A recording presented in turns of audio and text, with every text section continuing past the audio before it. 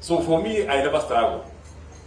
Because nikishaweka mpira kwa tee, especially when I'm teeing off, wakati nina drive, niwekele ile mpira kwa tee, nikaangalia vizuri, nikapigia hesabu, nifikirie hii mpira ni ile mtu chama ni ya wale watu wanakula chakula kidogo hapa Kenya. Aje hiko mtu alisema yeye anakula chakula kidogo hapa Kenya. Nikifikiria ni yeye aka mpira na kapiga kana haraka kienda. So I don't struggle to hit my ball far. I only need to just imagine that this is William Ruto. Nikiweka hapa nikiweka William Ruto, hiyo mpira italala ikienda, because mimi am one of the weapons that have been fashioned to make the life of Mr. William Ruto very difficult. Na ndio maana hiyo mtu alikuwa hapa anaongea maneno ya tuta, mmesikia mimi ndio nafuata kuongea. William Sharata nawe itaje miora. He even came and told me I can't wait to hear you, kwa sababu alijua mambo inaweza chemka kidogo, but I'm a very very good man, na nimeshukuru sana for joining you here. I don't know why, because I've not had many people, but because I'm your senator, I've not had many people say that my brother Paul Waiganjo is running to be member of parliament for Orkalau constituency. And as far as I know, because I was with you today, unless anything has happened between the time I left that seat and coming here, he's running on our party, the DCP party.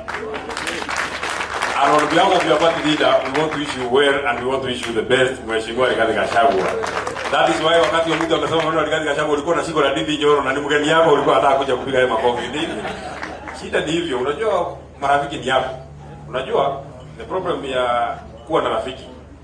Unajua mtu akiwa wazimu, wewe unamwona kwa barabara akikimbia, wewe unaona tu akidance kwa soko, wewe unasema tu mtu anadance kwa soko. Lakini familia yao inaangalia tu inasema hii mtu anadance kwa soko. Sasa wewe ni rafiki yako na marafiki wote ni wako, sasa wewe ndio ulimuita wewe.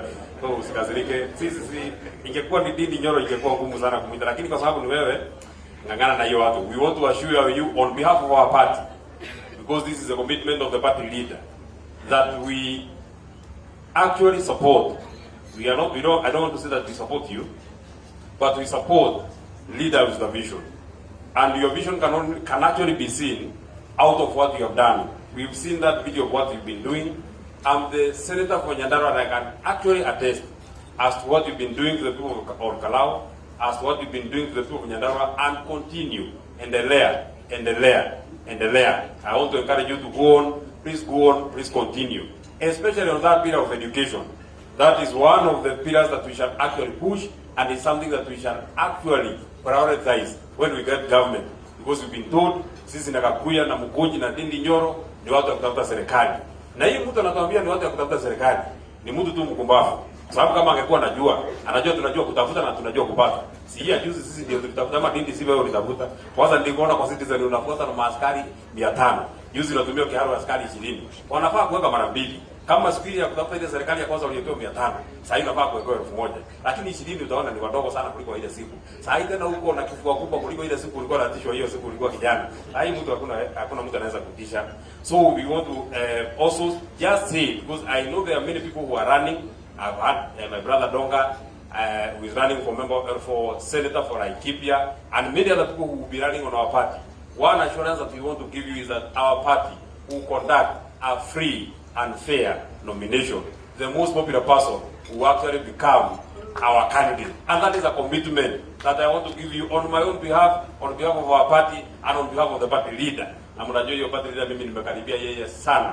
Na mtu mwenye anataka kusimama kiti ya senator Nyandarua, the nomination will be free and fair. Kama utanishinda, mimi nitatafutiwa kazi nyingine hapo kwa chama. Lakini nomination itakuwa free and fair. Kwa hivyo Waiganjo, ngangana na wanaume, hapana jali. Wewe ngangana, weka bidii. Ukishashinda, hiyo ticket tunakupatia bila kutaka kujuana na party leader, bila kutaka kujuana na John Mbeu. Wewe utapata hiyo maneno na utaenda sawa sawa. Maybe finally, just one thing that I want to comment. One of the things, and many people actually think and say, that we are just opposing the government of the day just for the sake of it. I've just asked the immediate former chairman of the Committee on Budget, Mheshimiwa Ndindi Nyoro, of just one component of our education sector. The request that had been made, for example, by the Higher Education Loans Board for the financial year 2025-2026 was about 54 billion. The money that was passed by Parliament was 47 billion. To this minute, Mheshimiwa Ndindi Nyoro, March of 2026, the only money that has been released by the national government to Higher Education Loans Board is only 19 billion. About 28 billion shy of the amount that they are supposed to have disbursed. And we are only 3 months to the close of the financial year. Watoto wetu wako nyumbani.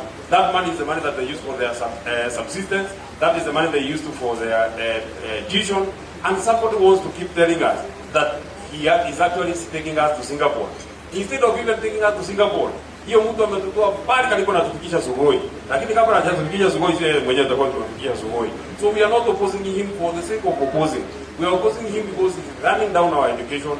We are opposing, and that is just one subsector. If you ask the Honorable Ndindi Nyoro, he will tell you that in almost all the subsectors, the only sector that has been funded fully and have actually even overutilized their budget is the budget for State House. That one has been overutilized. It was 4.7 billion when Uhuru Kenyatta was leaving. It is now 17 billion.